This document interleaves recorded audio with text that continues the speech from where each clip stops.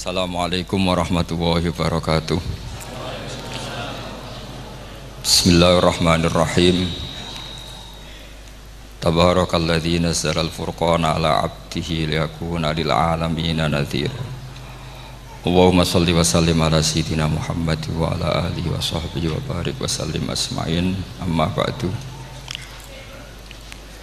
Ingkang kula hormati Kiai Haji Abdul Hanan wa ahli baiti, sedanten kanca-kanca santri peminat ilmu tafsir dan ilmu hadis ingkang kula hormati. Berbicara tentang ilmu tafsir, ada beberapa ulama yang menghindari kata tafsir karena makna tafsir itu memaknai atau menduga apa yang dikehendaki Allah. Tentu itu sulit. Satu, bahwa faktanya kita sudah tidak bisa komunikasi dengan Allah karena tidak ada wahyu lagi.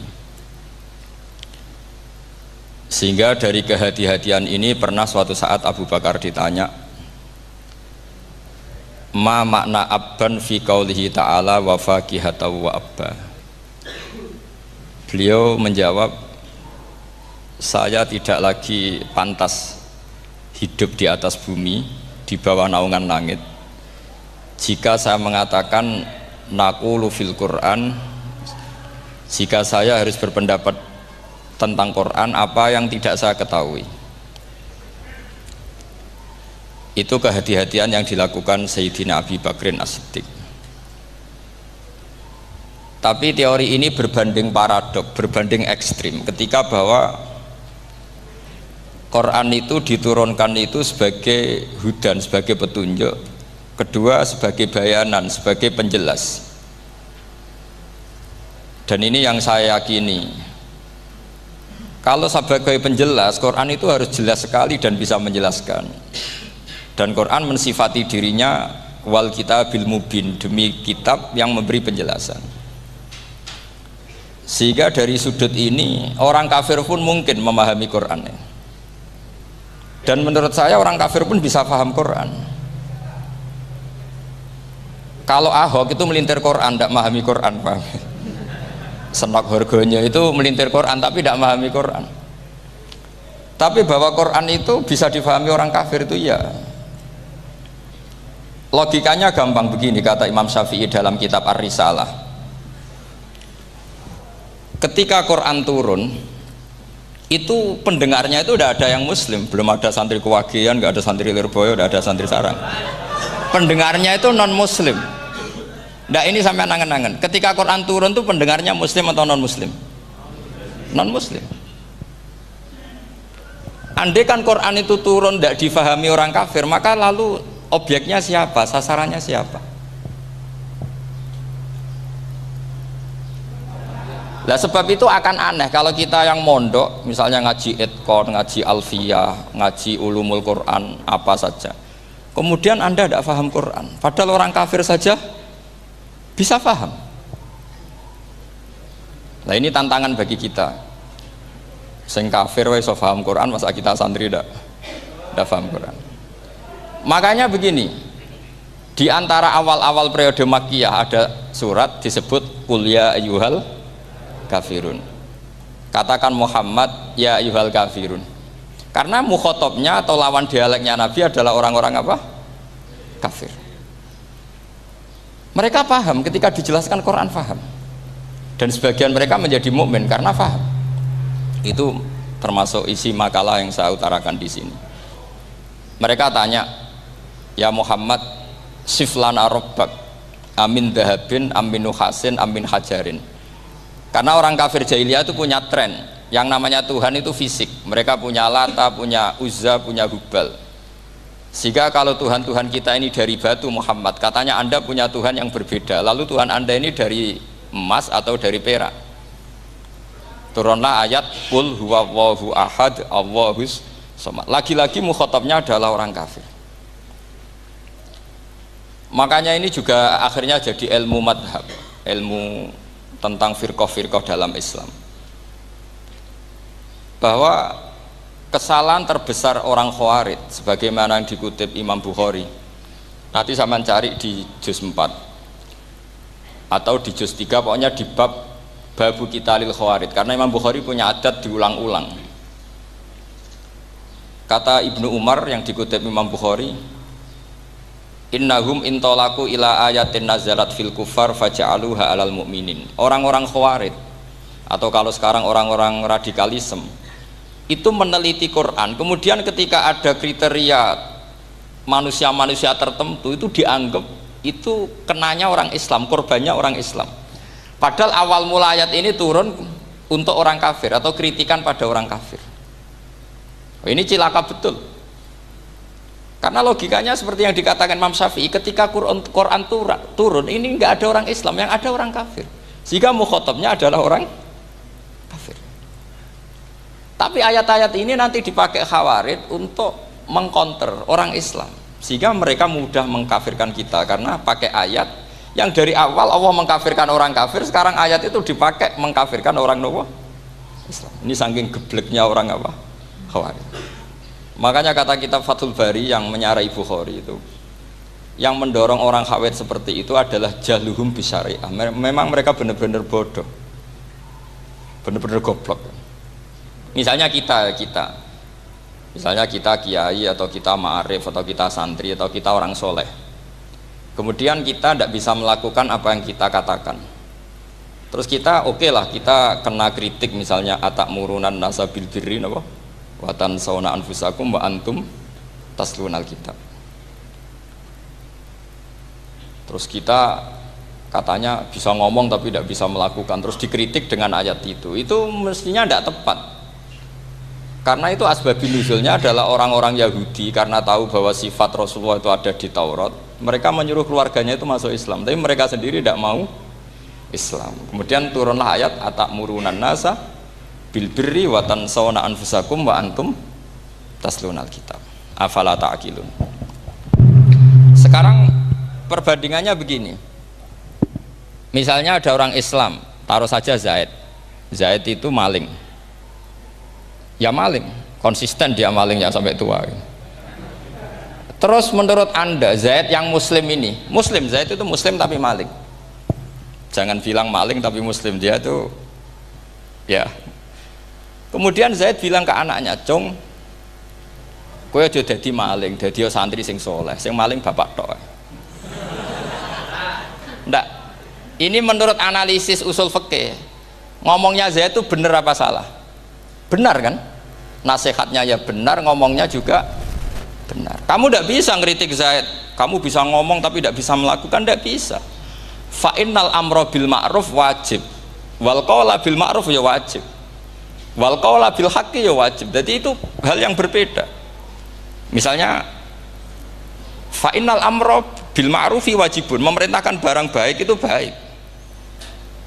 Wa innal qawla bil haqqi ya wajib, mengatakan yang hak itu ya wajib. Berarti Zaid tetap kena khitab, kamu harus nasihati anak secara benar, kamu juga harus ngomong hukum secara benar. Lalu ketika Zaid ngomong hukum secara benar, cung ojo maling, maling itu dosa, cung ojo nerusno profesine bapak maling itu tidak benar. Dia berarti sudah melakukan dua kebenaran, yaitu ngomongnya benar, nasihatnya benar. Dia salah, perilakunya tetap maling. Tapi jangan karena dia maling lalu omongannya nggak salah juga, berarti salahnya malah tiga. Makanya ini pentingnya ngaji sama ulama, sama ahli usul fikih. Jadi tidak bisa dicampur adukkan. Zaid gagal dalam perilaku, tapi jangan gagal lagi di nasihat. Nanti kalau dia tidak nasihati, maka anaknya terus maling, alasannya niru bapaknya. Karena bapaknya kalau mau nasihati nanti disemprit sama santri-santri, "Pak, sampean ora oleh nasihati anake ora usah maling, sampean dhewe maling." Oh, tidak bisa, cara usul fikih itu malah yudroku kulluh la yudroku napa? Kulluh, atau bahasa populernya al-maisur la yasqutu bil ma'sur. Misalnya kita sebagai kiai hanya bisa takrib, hanya bisa jurumiyah. Apa muda Fathul Mu'in cek abote. Bulet, maknane bulet. Kamu tidak boleh ngomong gini, "Cung, kowe sebagai muridku kudu nurut aku. Nak gurumu goblok tok takrib, kowe tok takrib wae. Gak oleh ngelangkai guru, gak sopan gitu misalnya." Nggak boleh gitu. Tetap kita ngomong, "Cung, kowe aja koyo aku. Kowe kudu alim Fathul Mu'in, alim Fathul Wahhab." Sama ndak bisa protes. Pak guru sendiri ndak bisa, ndak bisa. Kebenaran tetap sebagai kebenaran meskipun kita ndak kuat melakukan atau ndak bisa melakukan. Lagi-lagi ayat itu sebenarnya ada untuk kita, untuk orang Yahudi, atamuruna nasa bil birri wa tansawna anfusakum wa antum taslunal kitab. Sebab itu istidlal dengan Quran itu memang resikonya tinggi kalau tidak bagi mutabakhir, karena ya itu tadi, ini harus ada pengetahuan yang luas tentang asbabun nuzul, tentang kriteria. Nah kalau terpaksa, saya katakan terpaksa, kalau terpaksa kita iktibar itu boleh, tapi itu terpaksa, bahwa Allah mengkritik orang yang bisa ngomong tapi tidak bisa melakukan. Tapi itu secara usul fikih itu runyam, teori ini runyam sekali, fatal. Sama lihat tuh di kitab Bajuri atau di kitab-kitab fikih yang lain, ketika Shahibil Burdah atau Shahibil Bur'ah itu yang Imam Busiri itu, Muhammad bin Busiri itu, ini ku salah nama tapi kadung populer. Jadi sebetulnya Imam Busiri itu Shahibil Bur'ah bukan Shahibil Burdah, tapi kadung terkenal Burdah, kita ikut-ikutan apa? Burdah. Imam Busiri itu ngeluh, saya ini orang yang banyak kesalahan. Di antara salah saya adalah saya bisa ngomong tapi tidak bisa melakukan. Yaitu saya ngomong misalnya orang supaya tahajud, saya tidak tahajud. Saya ngomong orang supaya sholat sunat, saya nggak pernah sholat sunat. Itu sarahnya itu yang menyarai itu kan Imam Bajuri itu, yang sarah Burdah. Itu mengkritik begini. Kalau Anda ngendikan itu fi ma'radi dzammin nafsi, yaitu dalam konteks Anda mengkritik diri sendiri, oke. Tapi omongan Anda salah karena secara usul fikih fatal. Fatalnya begini. Misalnya saya nggak pernah tahajud. Ya mungkin itu nyata. Oke, mungkin itu nyata. Apakah kemudian saya tidak boleh mengatakan at-tahajjudu sunnatun? Apa saya diwajibkan diam hanya karena saya tidak pernah tahajud, terus saya seorang kiai yang haram mengatakan at-tahajjud sunnatun? Saya harus tetap mengatakan kalau tahajud itu sunnah. Saya kalau punya santri terus saya bilang, "Cung, napas nganggur yuk tahajud. Tahajud itu sunat." Karena mengatakan kebaikan pasti bagian dari kebaikan itu sendiri. Makanya kata Imam Bajuri, fakaifa yakunul amru bil ma'rufi mazmuman. Bagaimana mungkin sesuatu yang jelas baik karena memerintahkan kebaikan mazmuman menjadi sesuatu yang tercela hanya karena yang mengatakan tidak melakukan. Fa innal fi'la ya amrun wal hukmu ya amrun akhar. Itu beda. Jangan karena Anda tidak minum teh karena diabetes, terus Anda kalau ada tamu tidak disuguhi teh. Karena saya sendiri tidak minum teh. Wah ya repot kalau gitu. Nah itu lagi-lagi tadi orang Khawarij salah ketika mengartikan ayat yang harusnya objek kritiknya itu orang kafir, kemudian karena Quran lama sekali dibaca orang Islam sampai orang itu lupa kalau Quran awalnya turun diantaranya adalah membenahi akidahnya orang kafir, sehingga korbannya orang Islam. Itu mirip seperti cerita kita ya, santri-santri itu kalau punya musuh itu baca Hizib Nasor. Dulu pengarang Hizib Nasor itu musuhnya orang fasik, sehingga dihizib. Santri ora duwe musuh wong fasik, duwene kancane dhewe, akhirnya kancane yang kena hizib. Nah ini penting saya aturkan ya, sama seperti itu. Lama sekali Quran itu hanya dibaca orang Islam dan komunitasnya Muslim, sehingga seakan-akan semua kritikan Quran itu pada orang nopo Islam. Padahal jelas Quran ada kul ya ayyuhal kafirun. Jelas mukhatabnya orang kafir. Sadaqata lakum dinukum waliyadin. Nah ini penting kalau aturakan. Makanya kalau melihat itu, Quran jelas bisa difahami orang kafir. Bahkan banyak orang kafir yang menjadi muslim karena faham maknanya apa? Faham maknanya Quran. Itu jelas sekali. Itu masyhur sekali dialeknya Nabi dengan Walid bin Mughirah, dengan Utbah, dengan banyak sekali termasuk dengan Abu Jahal, dengan Abu Lahab. Bahkan orang-orang kafir Quraisy itu menyewa namanya Musailamah Al-Kadzab. Kalau di sini umumnya baca Musailamah apa Musailimah? trennya di sini. Pakai fathah ya.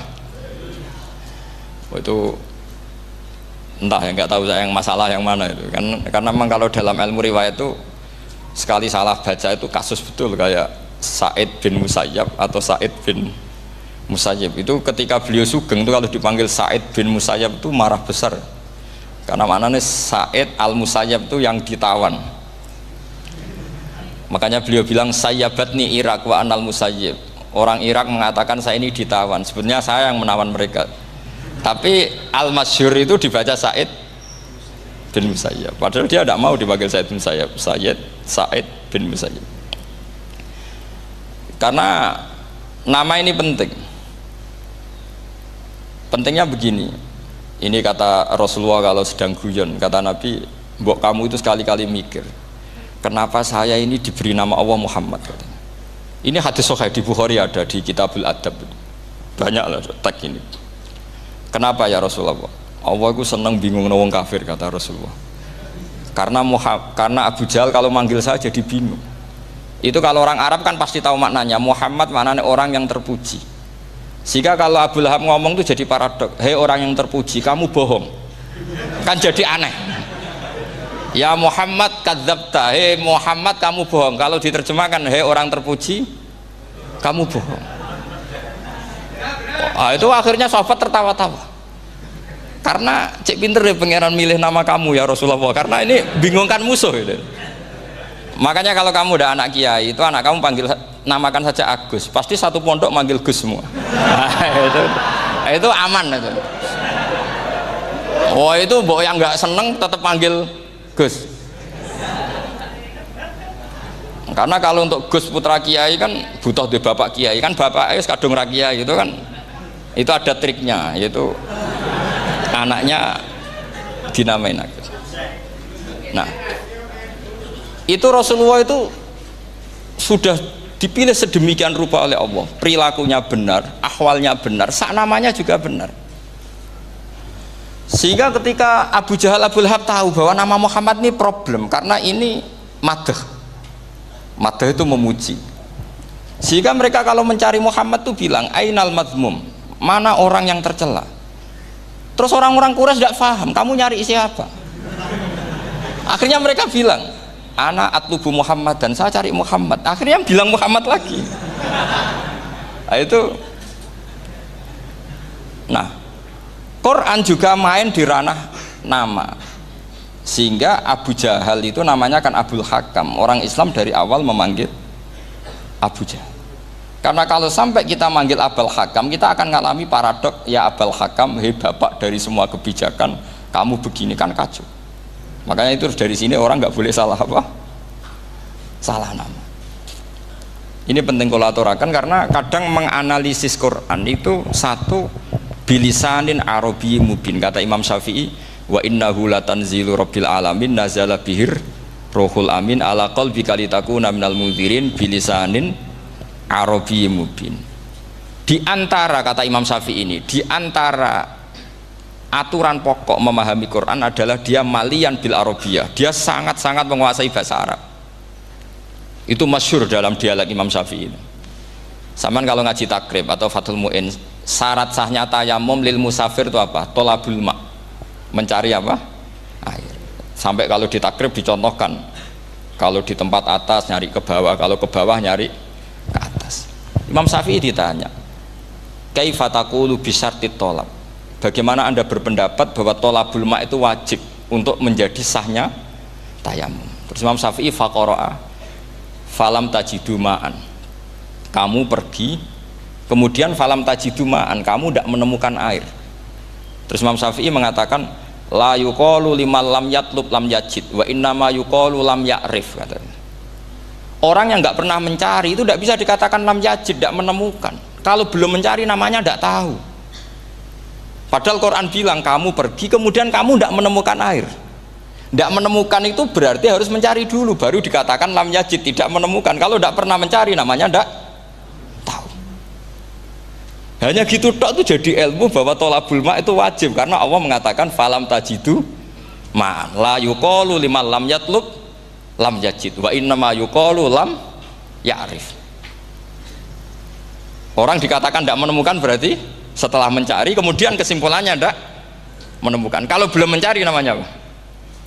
Tidak tahu. Nah, dari sini Imam Syafi'i istidlal wajib tolabul.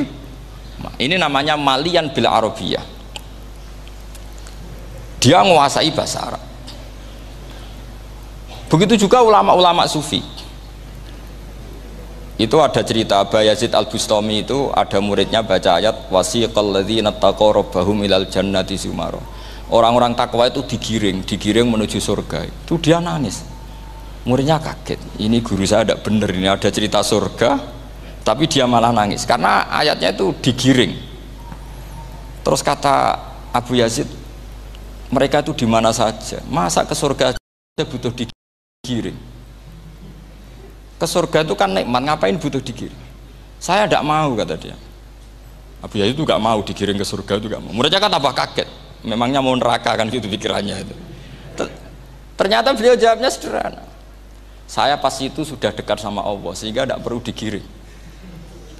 Kemudian saya sudah panitia kiamat pas itu, jadi nggak perlu digiring. Nah ini nanti penting jadi satu aturan ilmu ulumul Quran. Saya di rumah itu istiqomah ngajar Qawaidul Asasiyahnya Said Muhammad yang dulu ditulis abahnya Zubdatul Itqan oleh Said Alawi. Kemudian Zubdatul Itqan itu tentu dari kitab Itqan. Terus Said Alawi dulu ngarang kitab Faidul Khobir, sarahnya Faidul Khobir sama Sayyid Muhsin Al-Musawab, dulu dari Padang tapi hidupnya di Mekah. Saya dulu talaki sama Mbah Mun. Itu ternyata ada ayatnya, innal muttaqina fi jannati wa nahar fi maq'adi sidqin 'inda malikim muqtadir. Sekarang sampean saya tanya, menurut Anda semua orang kena hisab enggak? Enggak, sampean jawab saja. Menurut Anda ketika di mahsyar semua orang kena hisab apa enggak? Pasti kita menjawab iya. Tapi kata Said Muhammad itu keliru. Enggak kebayang orang seperti Nabi kena hisab. Pasti yang kena hisab itu orang-orang yang enggak jelas. Nah, misalnya Nabi jelas baiknya, harusnya ya langsung nggak kena hisab. Karena tidak mungkin seorang saksi kok diaudit, tidak mungkin. Lo saksi itu di pengadilan kan nggak tersangka, nggak terdakwa, dia tidak boleh diintervensi oleh hakim.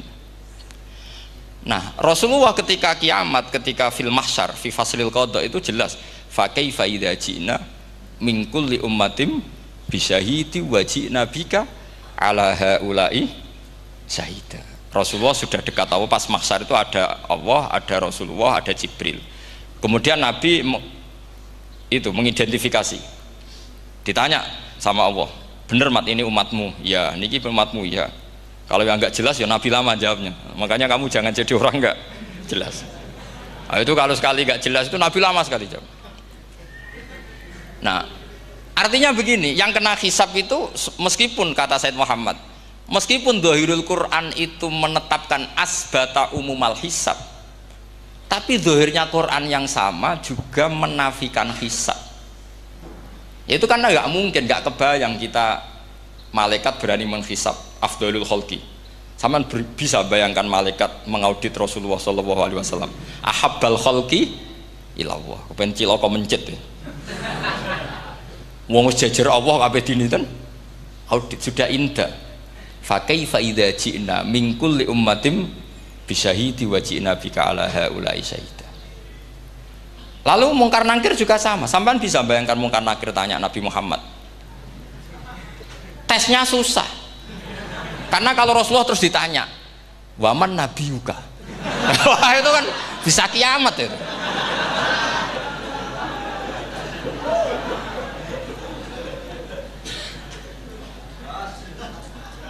Paham ya? Makanya kata Said Muhammad, ini kan teman-teman tanya, piye carane alim tafsirnya saja, sarannya satu hafal Quran, dua hafal Sahih Muslim, tiga semua orang sudah mati, tinggal kamu yang alim. Nah, itu mesti aman itu. Nah kalau sampean tanya saya, apa buktinya Gus kalau orang tertentu tidak kena hisab? Ya buktinya tadi misalnya innalladzina qalu rabbuna Allahu tsummas taqamu tatanazzalu alaihimul malaikatu alla takhafu wala tahzanu wa absyiru. Mungkar nakir adalah malaikat penakut, membawa ketakutan. Sementara para wali ini jelas malaikat kena konstitusi. Malaikat harus mengatakan ke para wali, Allah takhofu wala tahzanu. Padahal Nabi tentu sayyidul auli. Para wali saja malaikat kena aturan, kamu harus bilang Allah takhofu wala tahzanu wa abshiru. Hei para wali, kamu jangan susah, jangan gentar, kamu harus gembira. Kamu bisa bayangkan misalnya mungkar nakir bawa godok, atau orang kalau dipukul ajul sak walang-walang. Kemudian kamu bayangkan si Abdul Qadir ngalami itu, Abdul Hasan Asadali ngalami itu, Abu Yazid Al Bustami. Kalau itu ngalami gitu semua, ngapain kita jadikan mursyid? Kan sama nasibnya dengan kita. Nah, Zahirul Quran mengatakan asbatal hisabah. Tapi Zahirul Quran di ayat yang lain lam yusbit al hisabah. Makanya tadi umumul Quran juga ditaksis dengan muqayyid. Yang mutlak ditaksis dengan yang muqayyad. Yang mujmal ya sama seperti itu, aturannya seperti itu, ditafsir sama yang mufassal. Sama orang kafir yang jelas, sampean bisa bayangkan malaikat ngaudit Fir'aun. Cek kurang penggaweane. Jelas eleke kok di audit. Misalnya Abu Lahab di audit, oh malaikatnya celaka mencet. Berarti dia agak percaya sama pernyataan Tuhan, tabat yada abi lahabiu. Malaikat kok ngaudit Abu Lahab? Mungkin Gusti kula ceke. Nak menawi wonten api. Lho ki ora tau ngaji Quran tapi wong ayate tabat yada kok cek di cek. Nah, yang seperti ini masuknya kategori ulaikal ladzina satruse, mereka yang kafir bi ayati rabbihim wa liqaihi fahabitos a'maluhum fala nuqimu lahum yaumal qiyamati wasna. Jadi ada orang-orang kafir yang jelas kena aturan fala nuqimu lahum yaumal qiyamati wasna. Jelas kafirnya ya gak kena hisab, yang jelas nabinya, jelas wasinya juga gak kena hisab. Yang kena kita di tengah-tengah. Tapi ilmu itu ikut mainstream karena semua orang bilang ada hisab, ya kita ikut-ikutan bilang, ya sudah gitu saja. Tapi kalau aslinya rapati percaya. Umumnya uang gerono mati ditalkin, ya kita melok-melokan nalkin. Tapi kalau kadang ya gak kebayang. Piye nak wali-wali ditalkin. Makanya ada di dunia wali itu ada cerita Rabi'ah Adawiyah, itu termasuk keramat beliau itu. Kali Imam Sibawi kan dalam cerita wali kan ditanya marbuka, ngapunten niku man mausul napa istifham. Wah itu malaikatnya ndak pernah khataman alfiyah kan, repot. Kalau Rabi Adawiyah lebih parah lagi, itu beliau tuh nangis sekeras-kerasnya, nangis terisak-isak, dia tersiksa. Ya Allah, engkau itu zat yang paling saya kenali dan harusnya semua makhluk itu kenal engkau. Tapi ini hamba engkau tanya, engkau itu siapa? Itu kan ini orang aneh kata gitu. Karena Allah itu adharud dzahir, kata sampai Imam Sibawi silakan a'raful ma'arif. Jadi wong ora ora Allah wis geblek tenan dari Imam Sibawi. Imam Sibawi kan atas nama dia pakar nahwu pertama mengatakan domir paling makrifat di antara 6 isim makrifat, paling makrifat itu domir. Tapi meskipun gitu a'raful ma'arif Allah. Yang paling makrifat dari sekian isim makrifat itu Allah. Artinya satu nama yang orang harus kenal semua. Makanya di antara keramat beliau ketika ditanya, wong kok ora tau ngaji fikih men ngaji nahwu wae. Gak tahu dia ngaji carane sesuci, carane iddah to, gak tahu ngaji nahwu. Terus dia tanya, "Bima fa'ala rabbuka?" Lalu Allah memperlakukan kamu gimana? Terus kata Imam Sibawi, "Ghafaroli, Allah mengampuni saya karena saya orang yang mengatakan Allahu a'raful ma'arif." Ini penting kalau aturakan. Jadi makanya kalau sampean tanya caranya ilmu alim gimana, ya satu tadi, kalau sampean masih banyak orang hidup, syaratnya kamu harus hafal Quran, hafal hadis, hafal sekian ribu hadis, hafal sekian ulumul Quran. Itu kalau masih banyak orang hidup. Kalau sudah kamu sendiri hidup, ya sudah, pokoknya isokulhu ya salim sendiri kan, nggak ada saingannya ini. Makanya kata Sayyid Muhammad, beliau mengatakan, kita meyakini umumal hisab ya berdasar zahiril Quran, kita menafikan umumal hisab bahwa hisab hanya yahtassul liqaumin duna qaumin juga berdasar zahiril Quran. Kita percaya semua mayat ditanya mungkar nangkir ya berdasar zahiril ahadis. Kita tidak mengumumkan tek ini juga berdasar dzahiril hadis.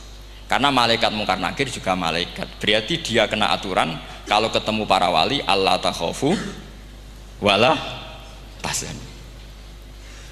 Paham sih kalau maksudnya? Ini penting kalau aturakan. Jadi makanya aspeknya sampean bisa memulai kalau ingin jadi orang alim tafsir bisa mulai dari yang mudah saja, yang fikih saja. Makanya kata Imam Ghazali, kenapa Mu'tazilah jadi segoblok itu? Karena dia tertipu oleh umumatul Quran, oleh tek-tek umum. Dia tidak tahu mukhosisnya. Padahal setiap ayat umum itu pasti ada mukhosis. Misalnya begini ya, kalau kamu maknanya fikih saja, contoh yang paling mudah familiar itu fikih ya. Misalnya kita ngaji Quran, wal mutallaqatu yatarabbasna bi anfusihinna salasata quru. Kalau orang dicerai itu iddahnya itu 3 kali masa nopo suci. Apakah aturan iddah seperti ini hal hadhil iddah amatun likulli mutallaqatin am li mutallaqatin makhsusah? Apa ini semua mutallaqah iddahnya pasti salasata quru, apa orang tertentu? Ya enggak, asal dia mutallaqah pasti iddahnya salasata quru. Anda goblok, Anda salah besar. Kalau misalnya yang dicerai adalah orang hamil, iddahnya apa? Salasata quru apa watil hamli? Watil hamli. Kita butuh ayat lain, wa ulatul ahmali ajaluhunna ayyadna hamlahu. Sama seperti kita ngaji walladzina tawaffawna minkum wa yadharuna azwaja yatarabbasna bi anfusina arba'ata asyhurin wa asyra. Asal wanita ditinggal mati suaminya, maka iddahnya 4 bulan 10. Apa semuanya demikian? Enggak. Misalnya orang hamil iddahnya biwatil hamil. Artinya kalau Anda tertipu umumatil Quran, berarti Anda sama dengan menghukumi orang ditolak semua iddahnya salah satu guru. Sama misalnya orang sekarang dalil-dalil wa may yatawallahum minkum fa innahu minhum. Kalau berkawan orang kafir, maka dia menjadi kafir. Itu kan fatal. Semua nabi ya berkawan orang kafir karena dakwahnya memang sama orang kafir.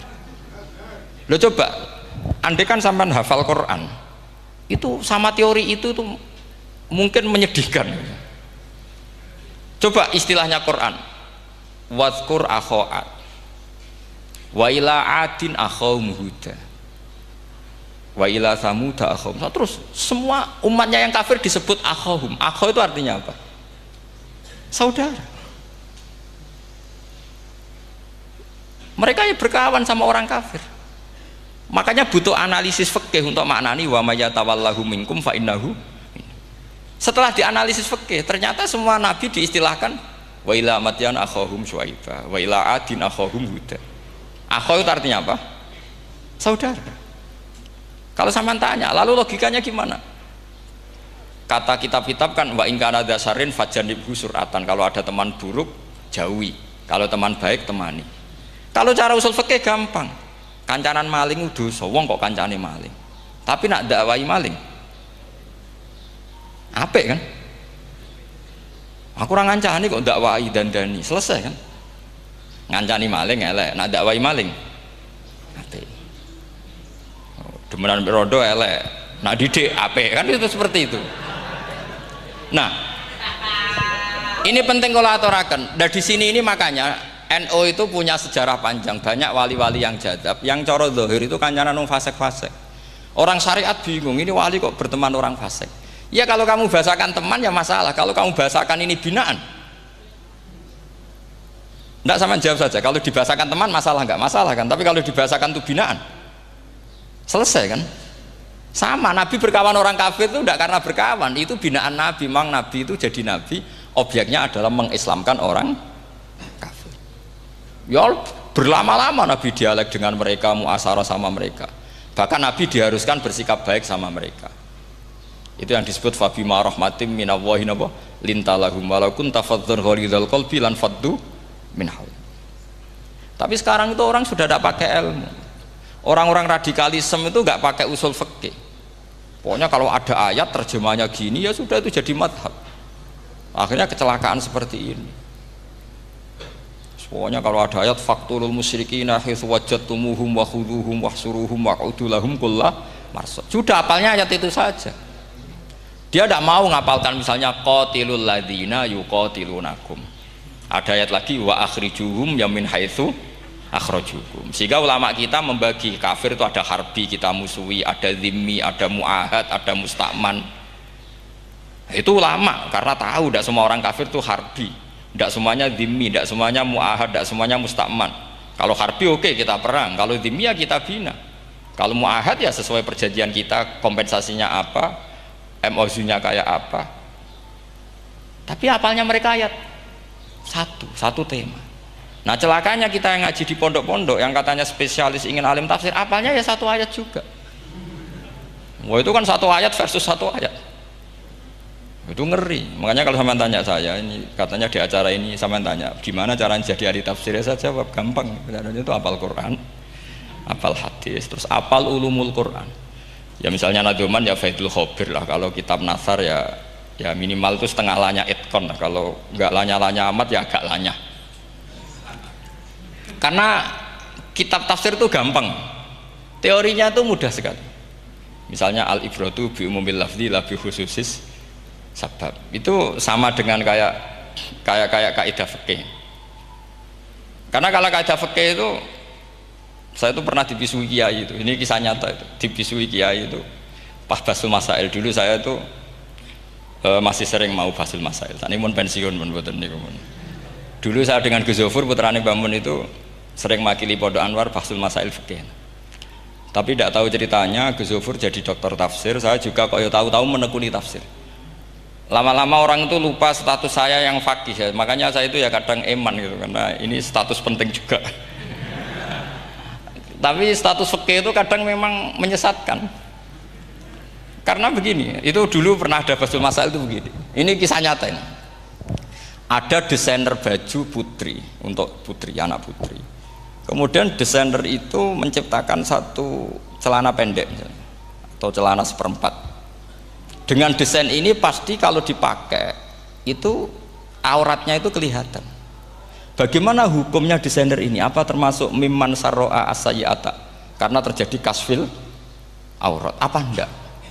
Rata-rata kalau kiai yang khusuk-khusuk, yang sepuh-sepuh, desainer itu dosa. Gara-gara tren pakaian ini wong wedok buka aurat. Tapi kiai-kiai alim yang muda-muda, entah saking belingnya, entah saking pinternya, tidak tahu. Bilang begini, Pak Yai, yang didesain apa? Ya celana itu. Lalu celana itu fungsinya nutupi apa buka aurat? Ya nutupi. Lu kan lumayan urun nutupi. Kalau haram ya dicopot, lu kan malah parah itu. Bingung kayaknya. Sampai bilang gini kan, wah semanis. Itu kan makanya ini guyon ilmiah. Repotnya ngadepi orang alim muda itu kan mbok gedhingi ku ilmiah, mbok senengi fasik.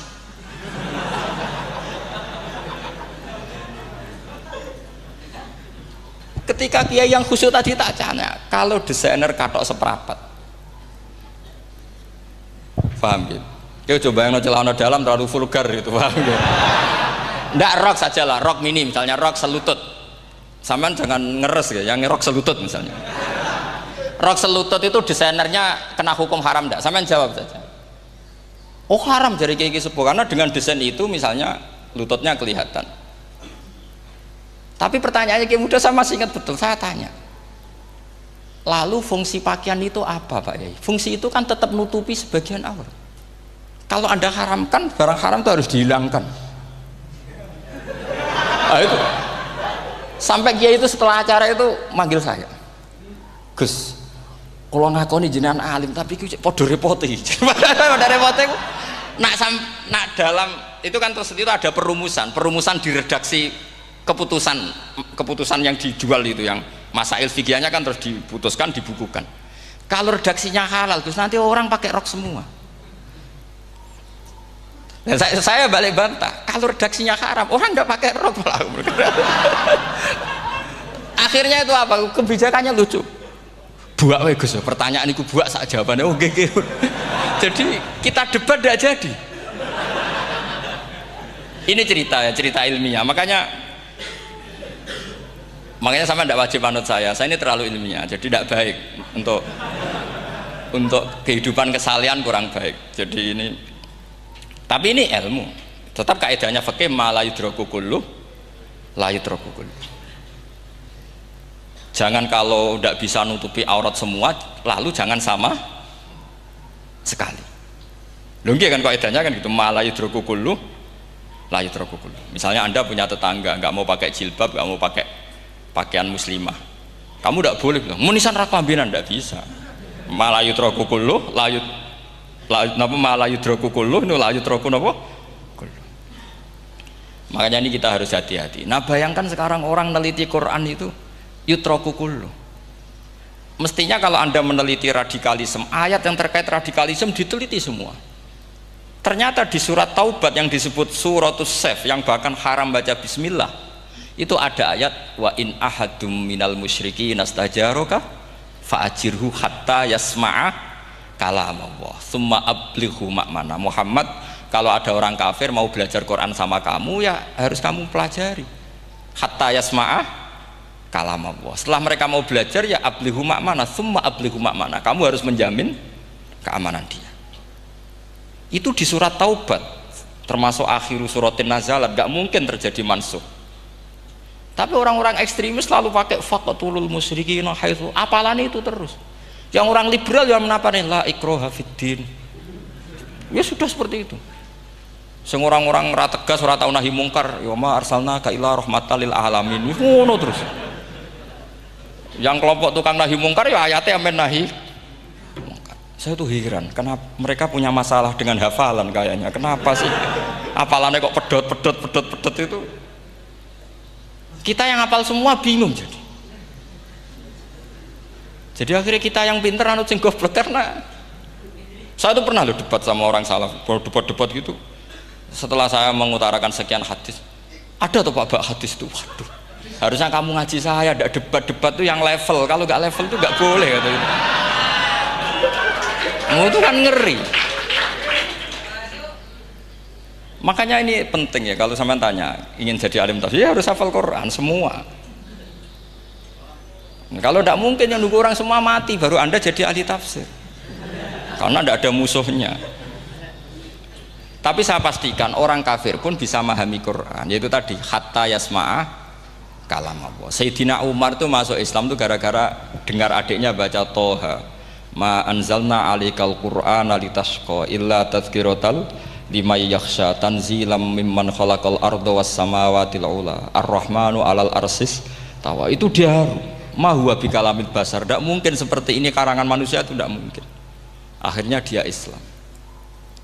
Banyak orang Islam karena diperdengarkan Quran, karena memang notnya sudah unik, makna kualitasnya juga sudah unik, semuanya itu unik, indah.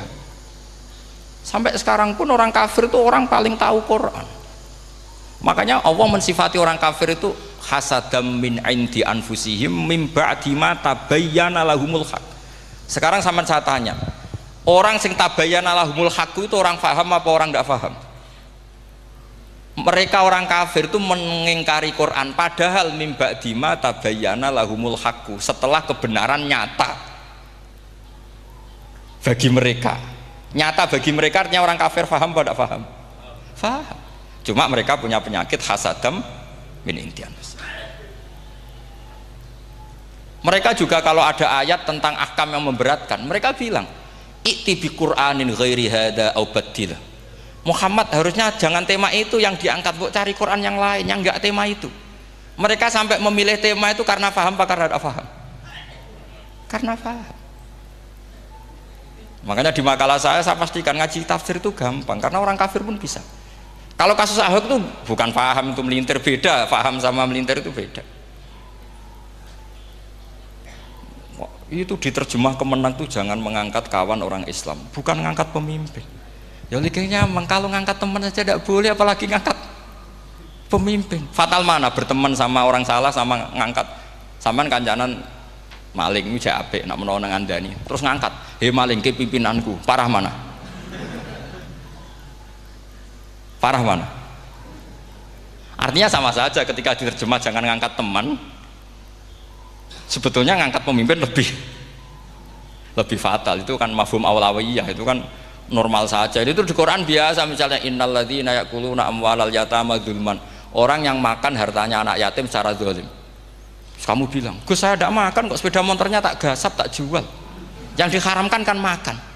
Wah, ya sarap kalau gitu.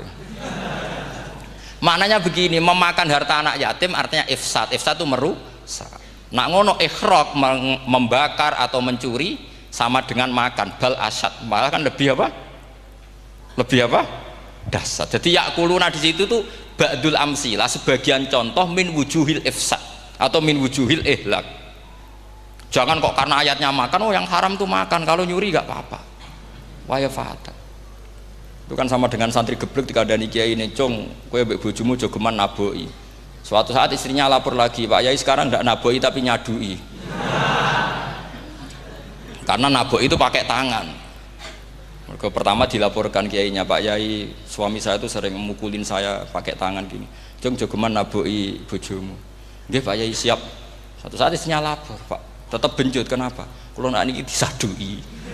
Mereka pikirannya, sing haram nabok, nak nyaduk halal. Wah itu kan ngajak goblok bareng. Nah masalahnya di usul fikih kasusnya seperti itu. Makanya saya ini kadang ya maliki sekali. Kadang saya itu maliki sekali. Kadang ya. Misalnya begini, saya beri contoh. Ini yang kisah nyata ya. Ada seorang Arabi datang ke Rasulullah. Ya, tadi kan teman-teman minta juga ilmu hadis ya. Ini satu paket saja. Yaitu tadi nanti kalau sampean kasih lalim itu sudah ada urusan saya tadi. Nunggu orang mati banyak tadi. Kalau nggak usah nunggu orang mati, sarannya tadi apal tadi. Ya Rasulullah ahlak tuh. Saya ini orang yang rusak. Wama ahlakaka. Lalu yang bikin rusak kamu apa? Qol waqatu imroati fi nahari Ramadan. Saya menjima istri saya ketika masih siang. Fi nahari Ramadan, siang Ramadan. Walhasil Nabi tidak menyuruh hanya kodok, tapi menyuruh kafaroh. Kafarohnya itu merdekakan budak atau memberi makan 60 orang miskin atau puasa berapa? Puasa 60 hari. Atau urut merdekakan budak atau puasa 60 hari atau memberi makan sitina miskin. Oke, kita sepakat. Sepakat ya, hadis itu sahih dan diulang-ulang oleh ashabus sunan. Oke, riwayatnya agak masalah. Sekarang kita analisis maknanya. Sekarang sampean saya tanya. Kalau Anda misalnya sekarang jam berapa ini? Misalnya sekarang jam 9 kurang seperempat Ramadan, terus Anda rokok atau Anda ngopi, kepengen ngopi terus ngopi tanpa udhrin syar'iyyin. Anda hanya wajib qadha apa bayar kafarah? Enggak, sampean jawab. Rata-rata kiai kita, oh mau wajib qadha Gus karena gak jima. Sing seru kafarah itu nak jima. Kan ngombe kopi be jima beda. Pertanyaannya tuh lucu, ini naif secara fikih masalahnya begini. Jima bojo itu tidak zina. Jima bojo itu zina apa enggak? Enggak. Berarti dengan makan bedanya apa? Sama kan? Sama-sama amrun mubah. Sesuatu yang boleh. Kenapa hukumannya berat? Makanya kata Imam Malik, enggak itu nilainya. Nilainya adalah hadku hurmati Ramadan bi ghairi udhrin syar'iyyin. Makanya kata Imam Malik, siapapun yang makan fina hari Ramadan, iftar apapun fina hari Ramadan bi ghairi udhrin syar'iyyin, maka hukumnya sama dengan jima fina hari Ramadan. Karena sama-sama ihlak ifsad hurmata Ramadan bi ghairi udhrin syar'iyyin.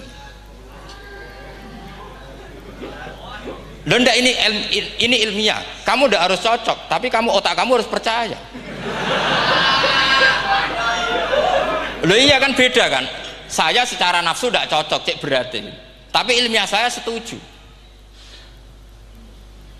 Kalau kiai ngandani itu kan pasti pakai badul amsilah, kan nggak mungkin semua contoh disebut.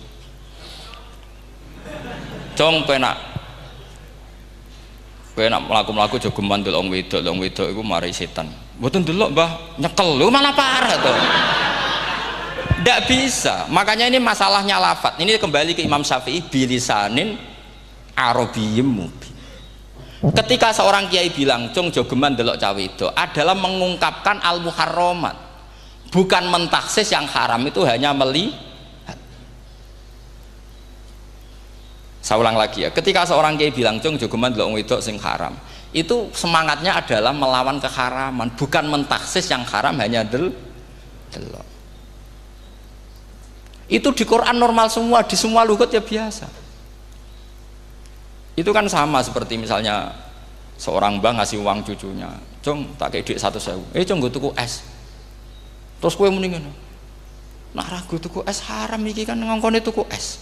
Lah kepen putumu mati kan nyeben 1.000 nggo tuku es.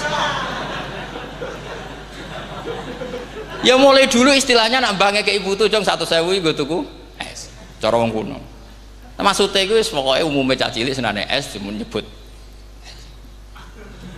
Ya sudah seperti itu. Sama seperti Quran menghentikan begini. Ini memang salate yang fikih dulu, yang pokok-pokok. Di antara yang enggak boleh dikawin adalah wa antasma'u bainal ukhtaini illa ma qad salaf. Kamu tidak boleh menikahi Sri dan Zainab, kakak beradik. Sudah sepakat nggih? Fi nikahin wahid enggak boleh al jam'u bainal ukhtain. Jadi mbaknya kamu kawin, adiknya kamu kawin fi nikahin wahid. Tapi nak ngeduni boleh, berarti kan dengan waktu yang berbeda. Quran hanya menyebut itu. Kemudian Rasulullah zaman Sugeng itu hanya nambahi wala binal mar'ati wa ammatiha wala binal mar'ati wa kholatiha, juga agak boleh menikahi ponaan plus buliknya, baik bulik dari bapak yaitu ammah maupun bulik dari ibu disebut apa? Kholah. Kemudian ulama fikih merasa ada yang kurang, ditambahi lagi. Dua perempuan yang andekan yang satu itu lelaki kok haram nikah, berarti haram jam'u fi nikahin wahid. Misalnya cucu rabibahnya boleh enggak? Enggak boleh kan? Berarti kalau sampean ngumpulkan cucu dan mbahnya fi nikahin wahid juga enggak boleh. Tapi orang yang waras itu tidak akan nyalahkan Quran ketika tidak lengkap. Wa antasma'u bainal ukhtain ila ma qad sal, ini tidak lengkap. Yang haram kan tidak hanya jam'u bainal ukhtain, termasuk ngumpulkan cucu dan mbahnya. Karena Quran nggak mau dengan logika tidak waras, itu tidak mau. Taruh saja orang itu rata-rata mbahnya kan umur 70 tahun, cucunya umur 17 tahun. Kebayang nggak kamu nikahi sehingga adik kan boleh bareng, pasti kamu milih bareng. Makanya Quran hanya bakas wa antasma'u final ukhtain, karena yang mungkin masih menggugah selera itu dua. Tapi kalau cucu sama mbahnya itu, kalau ada yang masih selera kan ya sarap tuh. Tapi fikih sebagai kaidah tetap menerangkan termasuk yang haram jam'u adalah bainal mar'ati wajad datiha. Paham juga maksudnya? Artinya ketika menyebut itu tidak jaminan merangkum semua hukum, tapi ba'dul amsilah. Fa'innal akila yaktafiya bi isyaratil ba'di, karena orang kalau punya akal diisyaroi sebagian sudah paham. Ini penting kalau aturakan. Jadi ini penting. Nah bayangkan sekarang banyak gerakan-gerakan ahli Quran katanya, tapi nggak memahami ilmu usul fikih. Quran ra ono ya wis. Nang Quran ra ono cerita harame asu, nak ngono asu ya halal. Ora ono Qurane. Sing ra ono iku tekem ora Qurane, kok aneh-aneh.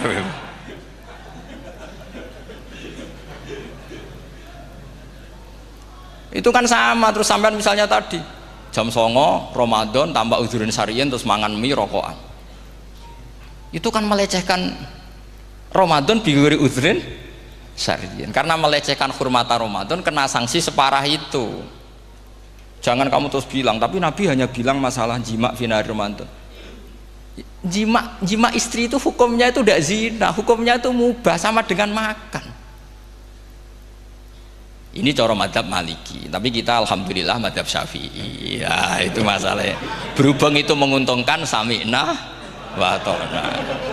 Nah, itu. Tapi saya sendiri dalam konteks ini, saya itu ya sangat-sangat Syafi'iyah, sangat-sangat Syafi'iyah. Dalam banyak hal sangat-sangat Syafi'iyah. Tapi dalam banyak hal kadang-kadang saya ya Maliki. Nah, itu kan kalau sampean tanya kenapa gitu, ya hikmahnya baca banyak saja. Karena yang Syafi'i itu ya karena bacanya hanya Syafi'i, itu bukan fanatik, itu keterbatasan. Jadi itu beda, ada apa itu namanya, ada fanatik, itu keterbatasan. Itu beda sekali. Jadi kita harus ngaji yang banyak. Saya termasuk utang ya sama Imam Syafi'i itu baca kitab Ar-Risalah. Itu kitab yang kadang satu ulama baca sampai 500 kali. Yaitu Imam Syafi'i itu dalam kitab Risalah itu begini, ini termasuk ulumul Quran yang paling penting. Muqaddimahnya begini, wan nasu sinfani min awalil amri, wan nasu sinfani. Ketika Rasulullah datang membawa Quran itu manusia hanya ada dua.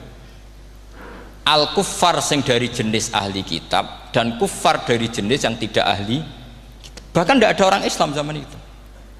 Pertama Nabi jadi Nabi itu adakah pendengar yang Muslim? Kan tidak ada, semuanya ahli kitab. Makanya susah kalau Quran kamu analisis korbannya orang Islam tuh, kata Ibnu Umar tuh lucu. Dulu tuh mukhatabnya tuh orang kafir, jelas kuliah ayyuhal kafir.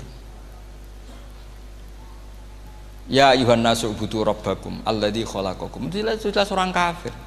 Karena orang Islam nggak mungkin dikhatabi ubudu rabbakum. Makanya Imam Suyuti kalau nafsir itu ngeper ubudu rabbakum wahiduhu. Tapi kalau mukhatabnya orang Islam dawimu alal ibadah atau dawimu alat tauhid. Karena dia tahu kalau mukhatabnya orang kafir ubudu ya masih wahidu. Kalau sudah Islam kok dikhitabi ubudu mudawamah alal ibadah. Itu saking alimnya Imam Suyuti. Ini saya teruskan. Kalau mukhatabnya itu orang kafir ahli kitab, itu kemungkinannya ya dua cara mereaksi Quran.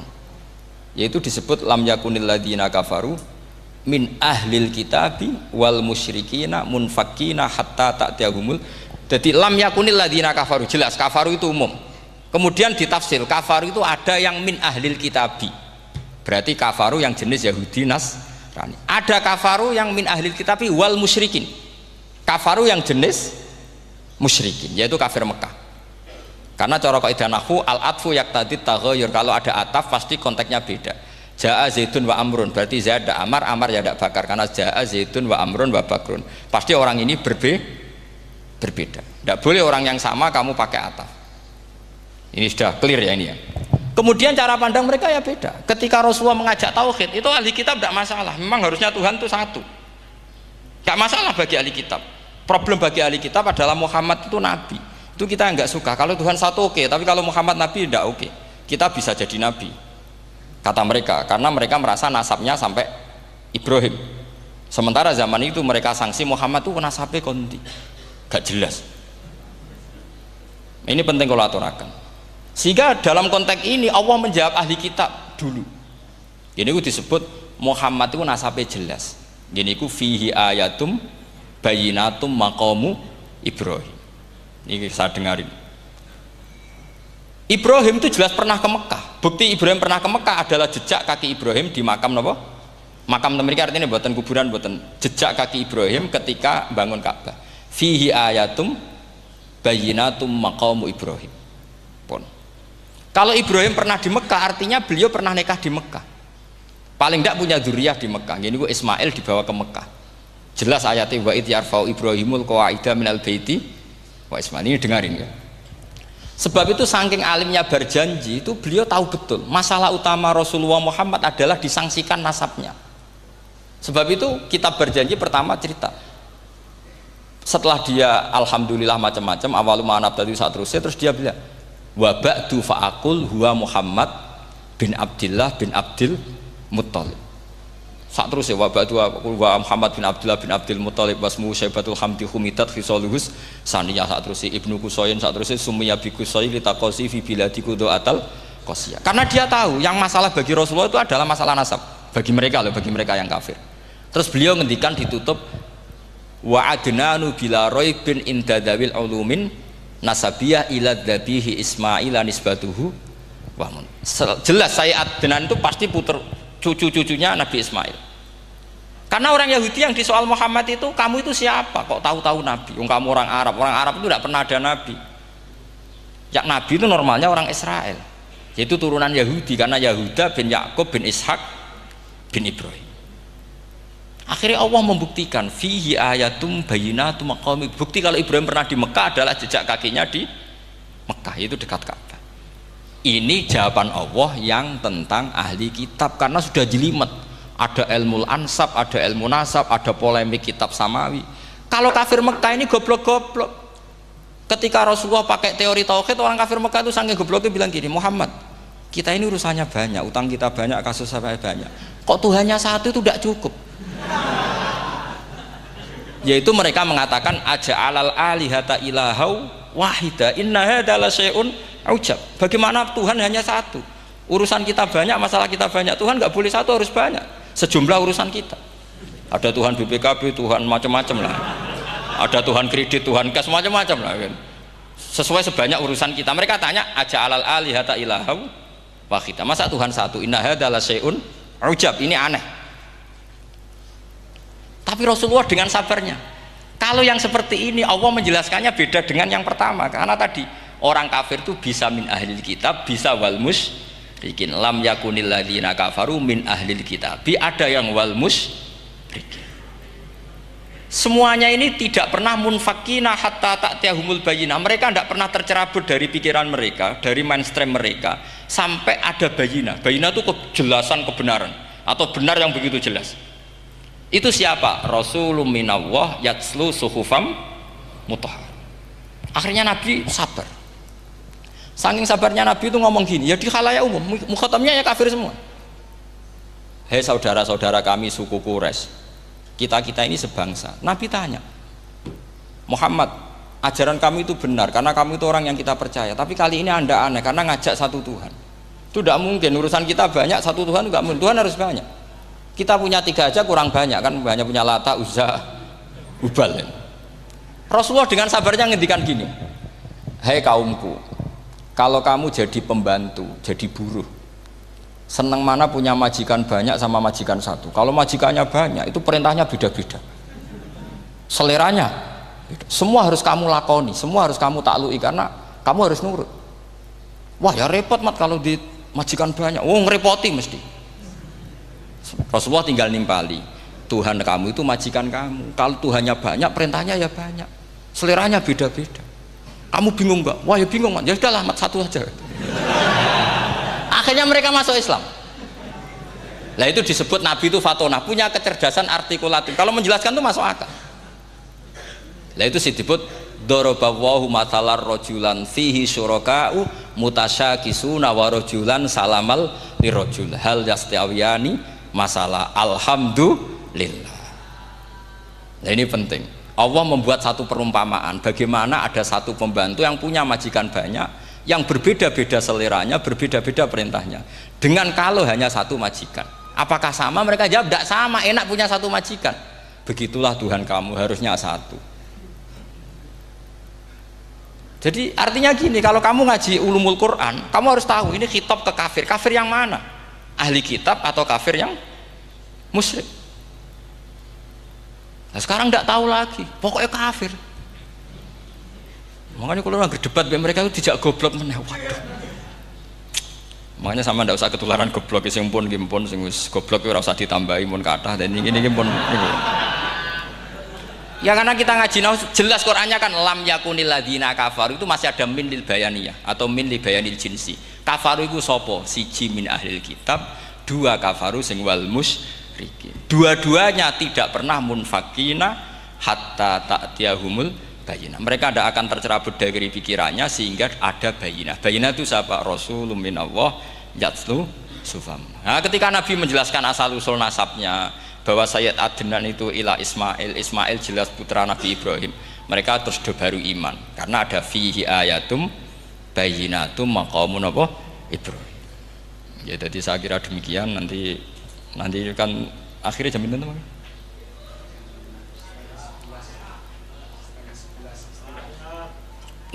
Oh, niki jam pinten istiwa? Nggih, terus saya pikir niku nggih. Kalau misalnya tadi ada tanya jawab, ya tanya jawab carane ngalim saja kan. Itu lebih realistis. Karena kalau sampean iskal, misalnya saya iskal dengan ini kan malah bingung kan. Kalau kamu terkenal pinter, iskal kita goblok. Nah wis pinter kok iskal gitu. Jadi saya niru ilmunya Abu Nawas. Abu Nawas tidak bisa pidato. Nggak bisa pidato, suatu saat dipaksa pidato sama khalifah itu. Hei para hadirin, kamu pinter apa goblok? Nah mereka pinter, mau ngandani wong pinter, terus pinter kok ngandani gitu. Akhirnya hadirin itu kan karena seneng sama Abu Nawas itu seneng. Ya sudah Abu Nawas, kalau gitu kita goblok. Aku mau ngambil wong goblok. Akhirnya terus wassalamualaikum warahmatullahi wabarakatuh. Jadi itu Abu Nawas juga bisa pidato, tapi dia tahu saja caranya menyelesaikan masalah. Jadi itu Abu Nawas. Jadi ya orangnya kacau tapi cerdas itu, makanya jadi guyonan. Sebenarnya Abu Nawas itu figur yang nyata, tapi tidak senaif yang diceritakan orang-orang di anekdot itu. Ya, beliau itu orang soleh ketika era Harun ar-Rasyid. Tapi ya tadi karena banyak cerita yang macam-macam. Ya, Abu Nawas itu, makanya ini cerita anekdot. Jadi riwayatnya agak jelas tapi lucunya jelas. Gitu. Jadi itu. Dia itu mangkel punya tetangga profesor ahli astronomi. Adiknya aku mau iso omong tok. Abu Nawas mau pinter molak-malik omong kan masyhur itu dia cerita. Hari Senin tanggal sekian lihat Abu Nawas di alun-alun mau terbang.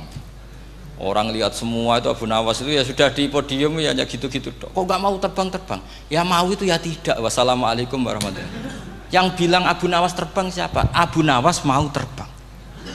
Yang namanya mau itu ya tidak.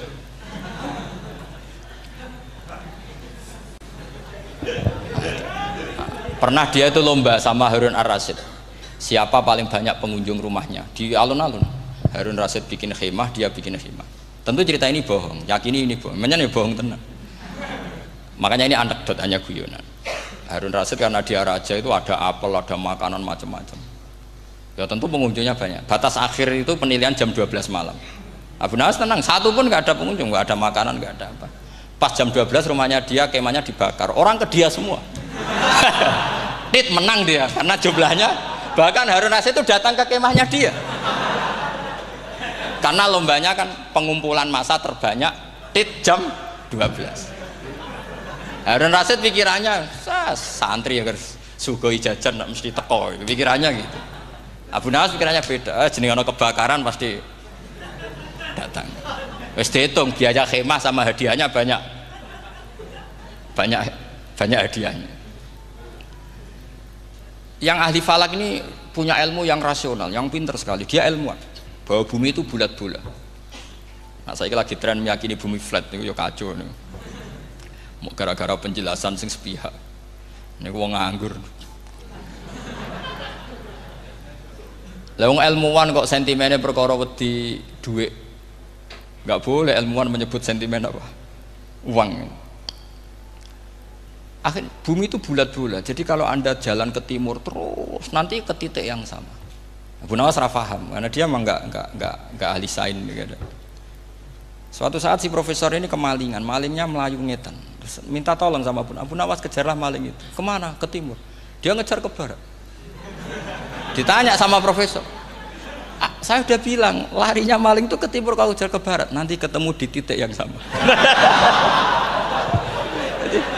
Akhirnya profesor yang ngerti, oh ngenyek tuh, kira itu. Jadi, nah khawatir saya nanti kalau santri-santri tidak pinter ilmu, terus pilihannya ilmu kayak Abu Nawas, jalan pintas tadi. Karena belajar falak jelimet, belajar faraid apa? Jelimet ada aul, ada roh, terus semua ada masalah yang ruwet-ruwet terus. Akhirnya mau olah bicara. Ini musibah inna lillahi wa inna ilaihi raji'un. Itu tidak boleh. Quran tidak mengajarkan itu. Quran tetap mengajarkan ilmu meskipun ada nilai seninya. Ya tadi nilai seni tadi misalnya Allah mencontohkan daraba wa masalah rajulan fihi syuraka. Terus kedua uniknya Quran itu begini. Setelah dipikir itu nyata-nyata lebih detail. Misalnya begini. Ketika Allah mencontohkan ba'udah itu nyamuk. Itu orang-orang kafir itu bilang gini, "Ya Muhammad, Tuhan Anda kehilangan stok ilmiah." Sehingga contoh itu enggak yang dahsyat tapi sekedar nyamuk. Wong nyamuk kok digawe contoh. Mbok ya contoh itu dinosaurus, tak jerapah, tak apalah yang keren itu. Mosok contoh apa? Nyamuk. Terus Allah menjelaskan innallaha la yastahi ayyadriban apa? Matsalam ma. Contoh apa saja? Apa saja itu ditafsiri ba'udatan fama faqaha. Entah itu nyamuk, fama faqaha atau yang di atasnya nyamuk. Maksudnya di atasnya itu filkillah atau fisighor atau yang di atas nyamuk yang lebih kecil ketimbang nyamuk. Sekarang saya contohkan kata Rasulullah, contoh yang kecil saja, nggak usah bikin nyawa, nggak usah, itu terlalu mustahil. Seorang pemahat patung, terus kamu pesen, "Pak, aku gak eno patung gajah," mesti muni sanggup. Tak muni, "Pak, gak eno patung gajah, ukurannya ya semestinya gajah." Oke. Tapi "Pak, aku gak eno patung nyamuk, ukurannya ya sak nyamuk." Kira-kira sanggup apa enggak? Artinya ketika Allah gawe nyamuk itu lebih sulit ketimbang gawe gajah apa lebih mudah? Lebih sulit. Karena nyamuk yang sudah kecil, dia punya alat kelamin terus seberapa juga. Alat kelaminnya juga tetap harus ada lubangnya terus seberapa juga. Temen saya malah ada yang cangkem elek bilang gini, lalu ya punya kuman, kumannya seberapa? Nah ini pentingnya ngaji akal. Kamu jangan hanya bilang, wow dinosaurus, jerapah, seru nyamuk. Nah karena orang sudah ada itibar dengan nyamuk, didatangkanlah nyamuk banyak. Sebenarnya nyamuk banyak itu mergo mangkel, gak diperhatikan itu. Makanya terus. Lah ini saya tahadus binemat, istri saya itu sering protes. Istri saya kalau manggil saya Gus karena orang Jawa Timur. Itu sama-sama jagongan itu, saya itu tidak pati sering digigit. Namun ya digigit tidak sesering sampean, itu jelas. Terus saya tanya, Gus punya doa apa, kenapa tidak pati begitu digigit nyamuk? Saya bilang, karena saya sudah tahu hikmahnya nyamuk. Jadi harusnya dia sudah tidak nyerang saya, kata saya itu. Makanya ini ijazah, agak mandi salah sampean gitu. Karena tadi logika yang terbangun gitu. Kalau Allah bikin gajah, melubangi belalai gajah itu masih masuk akal. Bahkan saat kita bikin patung masih bisa. Tapi kata tadi nyamuk itu sudah kecil, harus punya usus, harus punya alat kelamin, harus punya telur. Telurnya juga detail lagi. Ini disebut innallaha la yastahyi ayyadriba mathalam ba'udah. Sehingga ba'udah di mata ahli tafsir, di mata ulama ini contoh yang luar biasa. Tapi di mata orang-orang yang nggak seneng mikir, kok terima nyamuk itu. Makanya saya minta kangkang di sini bisa makan itu harus syukur. Makan itu luar biasa. Saya itu sering nyontohkan di Jogja ini. Saya punya temen sakit, kalau nggak ada obat dari Belanda itu mati. Kalau ini nggak dapat obat bagus dari Belanda atau dari Jerman itu meninggal. Berapa bulan lagi matinya? 3 bulan. Kalau nggak sampai dapat obat mati 3 bulan. Oh masih mandi obat yang di Jogja, apa itu makan atau minum? Kalau orang tidak minum tidak sampai 3 bulan sudah mati. Boy orang itu mikir seperti itu. Tapi kita ini kalau obat dari Jerman, dari Belanda itu hebat. Kalau enggak kita mati sebulan lagi, 3 bulan lagi. Allah bikin obat pada kita tiap hari, yaitu kita bisa makan, bisa minum. Itu kalau sekali nggak makan 5 hari bisa mati sama. Tapi kita karena ngakan itu hal yang biasa, nak duit iso utang terus dianggap biasa. Ini kalau ulama masalah besar. Punya otak seburuk itu masalah besar bagi ulama. Sehingga Allah tidak malu ketika ngendikan kulu wasrobu, tidak malu karena makan ini urgen, sangat penting. Dan Allah tidak malu meskipun Quran itu temanya kelas tinggi, biasa Allah mengatakan jong kowe kulu minta ibadi marusang nakum, kamu makanlah. Karena minum obat itu kebutuhan kita ketika sakit. Tapi kalau makan adalah kebutuhan kita sihatan wasukman, saat sakit maupun saat sehat. Nah, kalau Anda dengan kualitas ini, ketika Allah membicarakan makanan itu Anda akan respect sama Allah karena memang ini urgen betul. Tapi kalau Anda cara berpikir gini hanya cari horo ibal ilmu yang aneh yang seru, kamu baca ayat itu akan menjadi biasa-biasa saja. Dan itu masalah bagi mahabbah Anda pada Al-Qur'anul Karim. Ya saya kira demikian. Terus mangke saya pikir tidak etis ya kan ini Jumat nanti. Sing biasa itikaf nanti terganggu. Nanti saya ada ke problem ya. Kalau ada tanya jawab ya saya mohon tadi ya, karena ini zaman akhir saya memang butuh sekali. Kenapa saya mau datang? Satu, hormat Kiai Hanan. Dua, saya memang ingin banyak mufassir lagi, jangan hanya lewat baca terjemah kemudian merasa menjadi ahli apa Quran atau ahli tafsir. Itu musibah besar itu masalah besar itu. Ya pokoknya saya mohon lah ya setidaknya gitu. Misalnya orang kafir, kamu cari saja orang kafir, ternyata ada yang harbi, ada yang dhimmi, ada yang mu'ahad, ada yang mustakman. Lalu dalam tarik ada kafir Yahudi, kafir Nasrani, kafir ahli kitab. Kalau di fikih ada kafir yang lahum kitabun, ada yang tidak lahum kitabun. Kalau yang lahum kitabun disebut ini kitabiah kholiso, yang tidak itu kan beda-beda di fikih, boleh nikahnya ndak, khilu dhabihatihim atau tidak, itu kan detail sekali. Makanya saya mohon ini latihan detail. Oke, sampean tetap ngaji, sering khatam itu bagus karena mengumpulkan semua ilmu. Tapi sampean harus menganalisis secara apa? Saya dulu ngaji Mbah Mun Muslim ya kilatan. Tapi saya ngapalkan sama Gus Ibab. Gus Ibab putrane Mbah Mun, dulu muridnya Said Muhammad. Saya itu tak pelajari lagi di rumah. Tak analisis lagi setelah besar sampai sekarang karena ya itu beda. Kita selalu Rabbi zidni apa? Ilma. Misalnya begini contoh ya, contoh. Kita mungkin tahu maknanya ayat tertentu itu begini. Misalnya begini. Faqula lahu qawlan layyinan la'allahu yatadzakkaru aw yakhsha. Musa dan Harun, jika kamu datang ke Fir'aun, maka kalau ngomong, kalau dakwah itu qaulal layyinan, dengan dakwah yang halus. Nggih, qaulal layyinan. Ini bagi yang ekstremis harus baca dialek ini. Ini kisah nyata yang diceritakan Habib Zain bin Semit ketika ngarang Al-Manhajus Sawi. Juga diulang-ulang di beberapa kitab.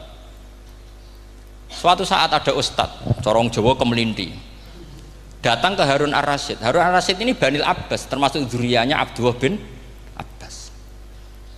Karena Harun Ar-Rasyid sebagai khalifah tentu salahnya banyak, namanya pejabat pasti salahnya banyak. Meskipun kebaikannya juga banyak, tapi salahnya juga banyak. Kalau kita kan tidak pejabat, salahnya tidak banyak, tapi prestasinya juga tidak banyak. Ya kan, misalnya ada tamu Raja Salman, katanya hormat tamu wajib, kamu kan tidak bisa hormat. Karena dia juga tidak mau dihormati kita kan. Nah terus si ustadz tadi datang begini, saya itu masih hafal teksnya. Ya Amirul Mukminin, inni nasihun lak famusyaddidun alaika fala tajidanna ala nafsika fi nafsika aliyya syai'an. Saya ini mau nasihati Anda, tapi saya maaf sekali karena nasihat saya ini kasar sekali. Musyaddid itu kasar, keras. Fala tajidanna fi nafsika aliyya syai'an. Saya mohon jangan dimasukkan hati lah. Makanya terjemah bebasnya jangan masukkan hati. Katanya Harun Rasyid langsung marah. Uskut ya jahil, kamu itu ustadz bodoh. Kamu tidak boleh keras sama saya. Dia masih bantah, saya keras sama Anda karena Anda salahnya banyak. Terus apa kata Harun Ar-Rasyid? Inna wa ta'ala qad arsala man huwa khairum minka ila man huwa syarrum minni. Wa ma'adzalika qala ta'ala faqula lahu qaulal layyinan. Allah mengutus orang yang jelas lebih baik ketimbang kamu, yaitu Musa dan Harun. Musa dengan ustadz ini baik mana? Tidak, sama jawab saja. Baik Nabi Musa kan? Ilaman huwa syarrun minni. Fir'aun dengan Harun Ar-Rasyid buruk mana? Buruk Fir'aun. Itu saja masih dengan etika faqula lahu qaulal layyinan. Musa dan Harun kamu harus sopan. Tidak wae Fir'aun wajib sopan, tidak wae aku ora sopan. Nah ini sudah iktibar dari terjemah netral atau terjemah yang datar bahwa Allah ngutus Musa dan Harun ke Fir'aun dan Musa dan Harun diharuskan qaulal layyinan. Tapi menjadi energi mafhum yang luar biasa. Nak dakwai Fir'aun wae qaulan layyinan, apa maneh dakwai podo-podo mukmin. Makanya kata Harun Rasyid, uskut ya jahil. Inna wa ta'ala qad arsala man huwa khairum minka ila man huwa syarrun minni. Wa ma'adzalika qala ta'ala faqula lahu qaulal layyin.